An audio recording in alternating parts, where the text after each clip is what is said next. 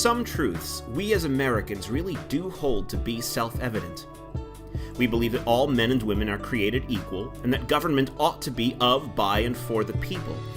And though these beliefs were solidified in pronouncements penned in bygone centuries, their full meanings took decades of intellectual enlightenment and political struggle to bring closer to realization.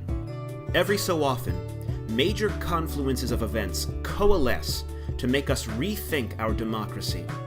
Uplifting political movements, economic crises, military conflict, reactions against corruption.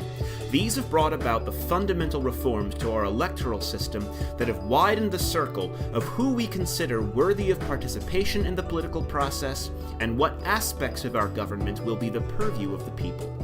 And it just so happens that these tidal shifts have occurred roughly every half-century.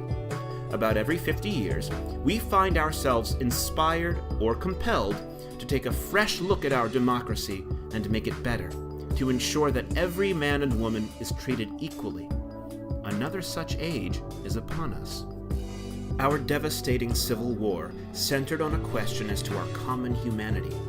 Who is a person under the law? Who is free? And who, if anyone, is property? The blessings of liberty were granted to men of all races with the passage of the First Amendments of the Constitution since 1804.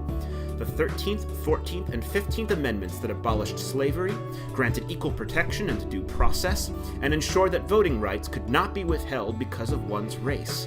Soon after, most states established the right of a secret ballot. Participation in American elections soared. After 44 years with no constitutional amendments, the ratification of the 17th Amendment in 1913 codified a growing movement within the states, taking the power to select U.S. senators from state legislatures and awarding it to the people. Another powerful, long-overdue suffrage movement brought passage of the 19th Amendment, providing women with the same voting rights as men. During this period, many states opened up party nominations to more voters. A half-century later brought another wave of constitutional amendments, new laws, and expanded voting rights. The Voting Rights Act of 1965, along with the previous year's Civil Rights Act, served as a declaration that we would not tolerate practices intended, quote, to deny or abridge the right of any citizen of the United States to vote on account of race or color. Constitutional amendments ended poll taxes, gave residents of Washington, D.C. votes in the Electoral College, and lowered the voting age to 18. Soon, comprehensive campaign finance reform passed Congress. FairVote believes America again is at the dawn of a new half-century wave of reform. Today's daunting challenges demand that in the 2010s we heed history's call to bring more of our fellow citizens into the political process, to secure access for those to whom it has been denied, to upgrade our electoral rules and political systems so that they better reflect the diversity of our population, and to ensure that every vote is valued equally, no matter where or for whom it is cast. The need is there. Record dissatisfaction with existing institutions, a permanent campaign of partisan warfare, invulnerable incumbents, plunging turnout and enthusiasm for local and primary elections, a handful of states determining our chief executive, out-of-control use of the filibuster, almost a third of our population represented by unelected senators, all of which contributes to what is perhaps the greatest concern. Honest debate focused on real solutions is stagnant, completely lodged between two ideological camps, unable and unwilling to find accord. We are at a point at which our political institutions seem utterly ill-equipped to anticipate the vast challenges of the modern world. But where many see nothing but gridlock and acrimony, we see opportunity. FairVote understands that our fundamental electoral rules demand re-examination, re-evaluation, and modernization. The big questions need to be asked, for only then can we find answers, and find partners with the will to help advance change.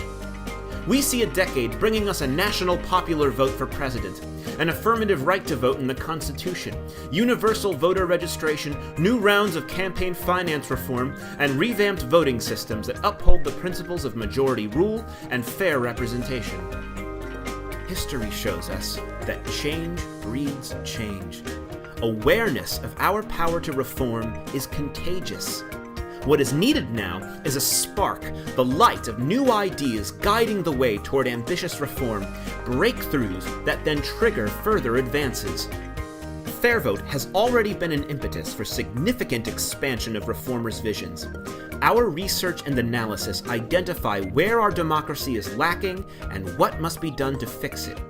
Our creative outreach places us regularly on the pages of our greatest newspapers and directly into the inboxes and living rooms of national, state, and local policymakers and civic leaders, who then work with us in turning challenging new ideas into widely accepted solutions demanding action.